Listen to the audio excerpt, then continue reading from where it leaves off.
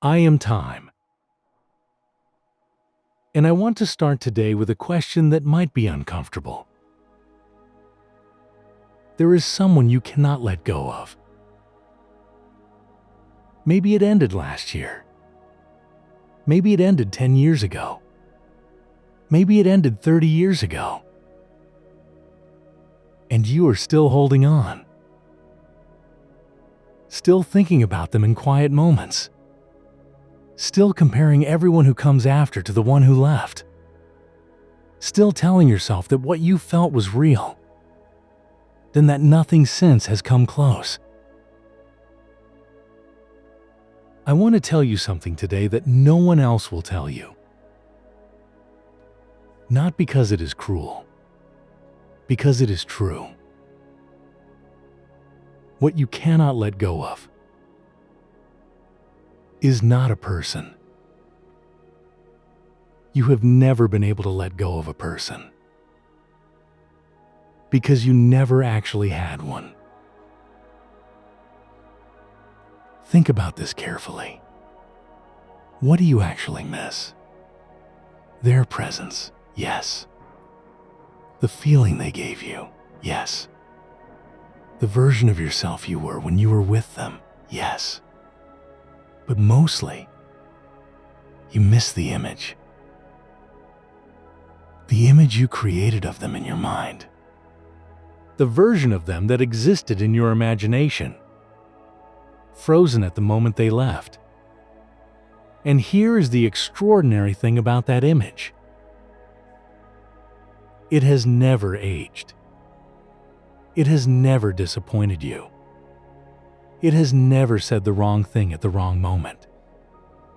It has never been ordinary or tired or human.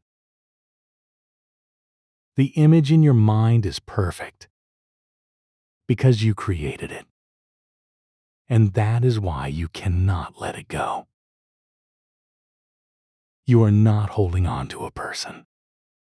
You are holding on to the most perfect version of someone that has ever existed. A version that only lives inside you. A man came to a wise teacher many years ago. He said, "I loved someone 30 years ago. I could not have her. And I have been suffering ever since. I could never love anyone else. Will I ever find her again?" The teacher was quiet for a long time. And then he said something the man did not expect. He said, "What you are calling love is not what I call love. You say you loved her, but then you say you could not have her. What does love have to do with having? Having is what you want from a possession. Having is what you want from property. You wanted to own her. You wanted to put your name on her.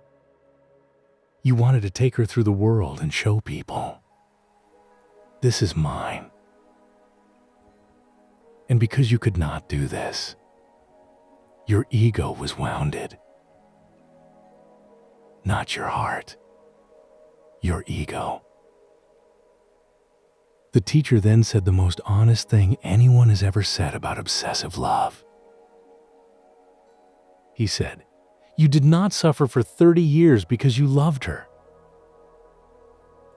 You suffered for 30 years because you lost. You wanted to win. Then you did not win. And the wound of losing is still open.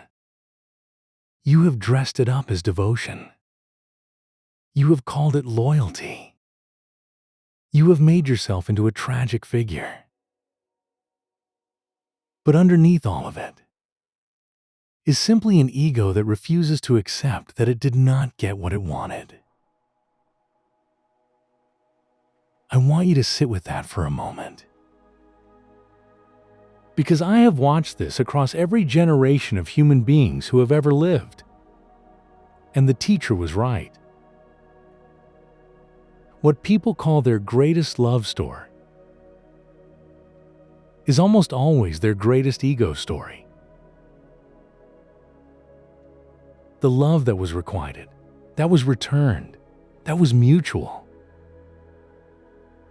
We move on from. We grieve it. We heal from it.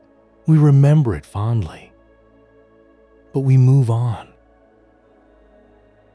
The love that was never requited, the one who got away, the one we could not have, that one we hold forever. And the reason is not love. The reason is that the ego cannot rest on an unresolved story.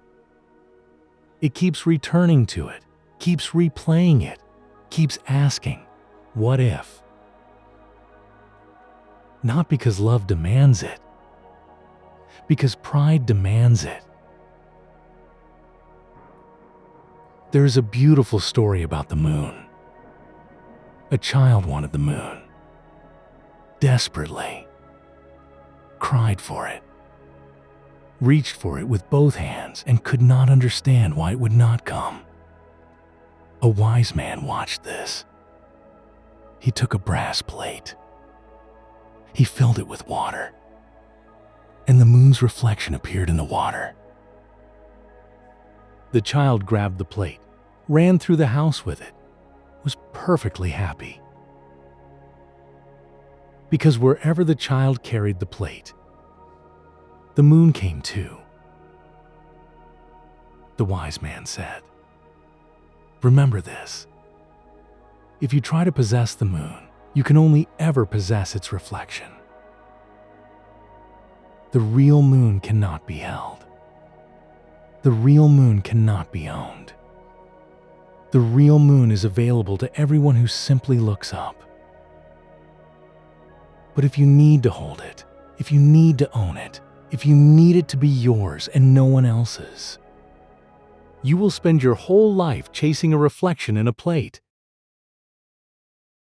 convinced you have the moon, when what you have is water and metal. This is what ancient India observed about possession disguised as love.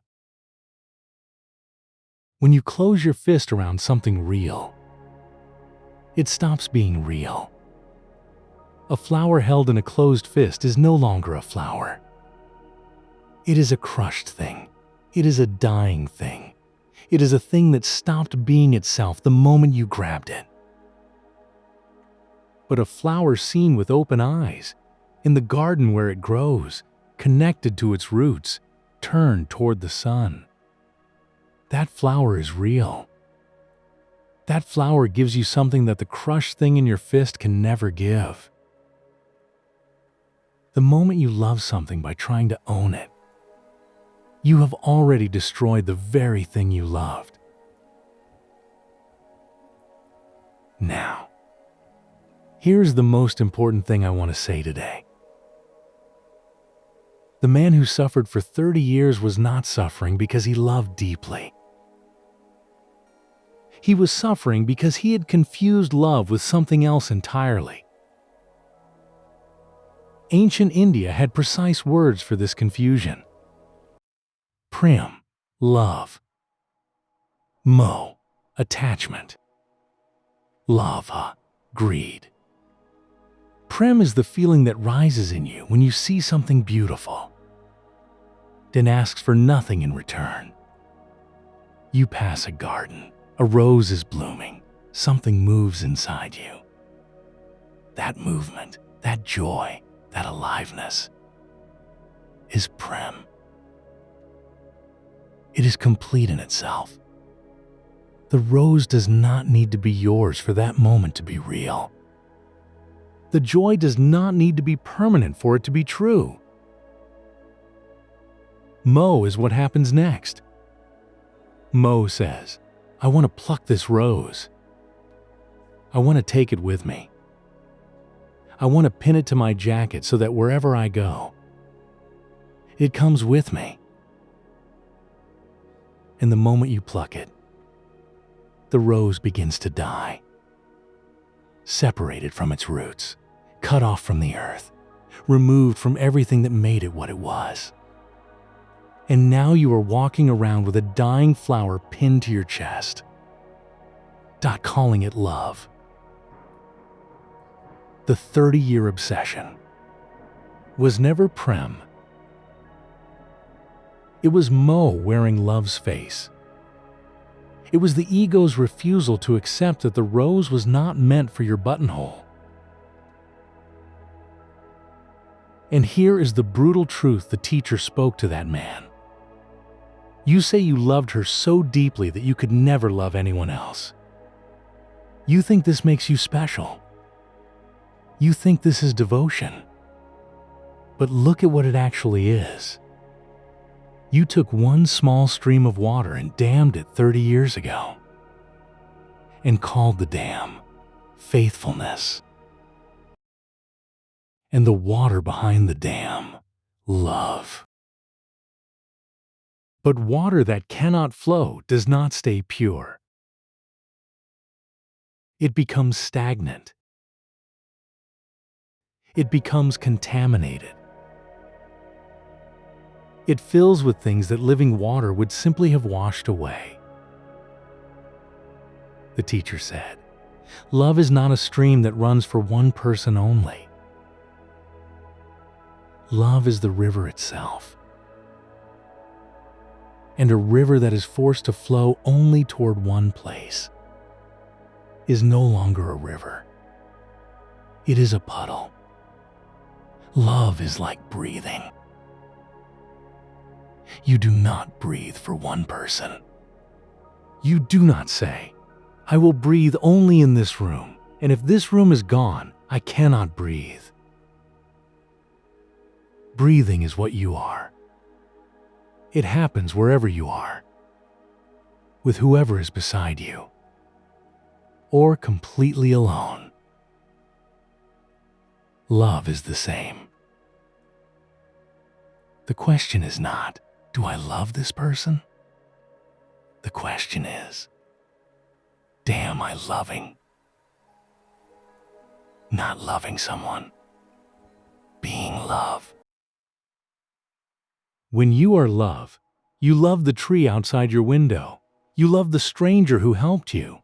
You love the music that found you at the right moment. You love the sunset that nobody else was looking at. Love flows everywhere, continuously, without destination, without expectation, without needing to be returned. But most human beings have never experienced this, because they were taught that love must be addressed, sent to a specific person at a specific address, expecting a specific reply. And the moment you address love, you have destroyed it. You have taken the ocean and poured it into a cup. The ocean cannot fit in a cup. So what you end up with is a cup of water, then the loss of the ocean. Now, I want to speak about real love for a moment. Because real love exists. It is not a fantasy. It is not naive. It is not weak. In fact, it is the hardest thing a human being can do. Real love says, if you are happier somewhere else, go. Not because I don't care, but because I do. Real love does not build a cage and call it commitment. Real love does not chain someone to you and call it devotion. Real love says, you can leave me and even hurt me by leaving, and my hands will still not become chains. Ancient teachers describe the highest form of this love with a poem. You can reject me, you can leave me, you can walk away without looking back. Then still my hands are not your chains. This is not weakness. This is the most courageous thing a human being can say to another human being. And if you can say this and mean it, whether or not the person stays, something inside you will bloom. Not because you found the right person, but because you found the right quality in yourself. Now, let me tell you what I have observed across all my years of watching. The people who cannot let go, they're not the ones who loved the most. They're the ones who understood love the least. They mistook intensity for depth.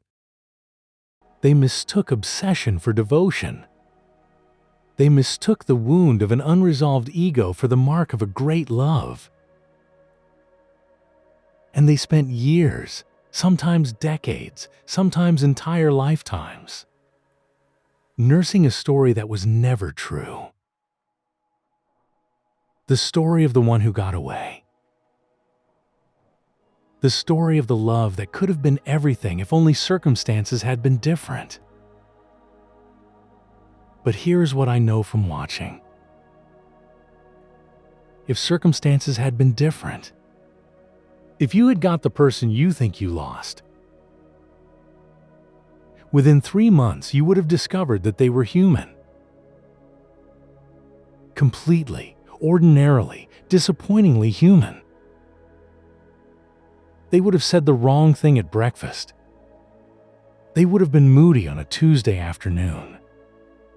They would have had fears and habits and contradictions that had nothing to do with the perfect image you had created of them. And the image would have shattered, as it always does, when reality finally meets the projection. The person who could not have them mourns the image forever. The person who got them had the image shattered and moved on. Neither of them experienced love. Both of them experienced the ego in different directions. So what do? How do you let go of someone you cannot let go of? The answer ancient India gives is not what you expect. They do not say, distract yourself. They do not say, find someone better. They do not say, give it time.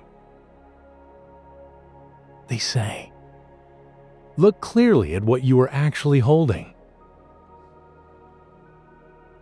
Not the person, not the love. Look at the ego that is using both as an excuse to stay wounded. Because the wound serves a purpose. The wound says, I am someone who loved deeply. The wound says, I am someone who was wronged. The wound says, I am special because ordinary people move on. And I have not moved on. Therefore, I must have loved more truly than ordinary people do. This is not love. This is the ego building its identity from the ruins of a story that is over. And when you can see this clearly, not as a criticism of yourself, not as something to be ashamed of, but simply as a pattern to be recognized, the grip begins to loosen. Not because you decided to let go, but because you finally saw what you were actually holding. A man was once told that he had been holding a rope in a dark room for 30 years. He had been holding it because he was afraid of what would happen if he let go. And when someone finally brought a light into the room, he saw that the rope was not attached to anything. It had never been attached to anything. He had been holding a free end.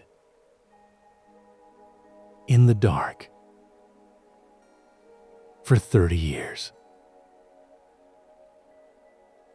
When you see clearly what you have been holding, you do not need to let go. Your hands open on their own. And what fills them then is not emptiness. It is something you have not felt in years. Space. The space that was always there, waiting for you to stop filling it with something that was already gone. I am Kal. I am time. And I have watched every person who has ever lived hold on to something past its time. I have watched people spend the most alive years of their lives in service to an image. A frozen moment. A photograph that life had already moved past. And I have also watched what happens when the hands finally open. When the image is finally set down. When the story is finally allowed to end. What I have seen every single time is not loss. It is arrival. The person who lets go does not lose love. They discover for the first time what love actually is. Not a transaction. Not a possession. Not a wound worn as a badge. But a quality of being that flows from you to everything around you without needing anything to flow back. You have been holding a closed fist for a long time. Open it. Not because what was there was worthless, but because open hands can hold so much more than closed ones. And the moon in the water is beautiful, but it is not the moon. Look up. Same voice. Same silence. Be here.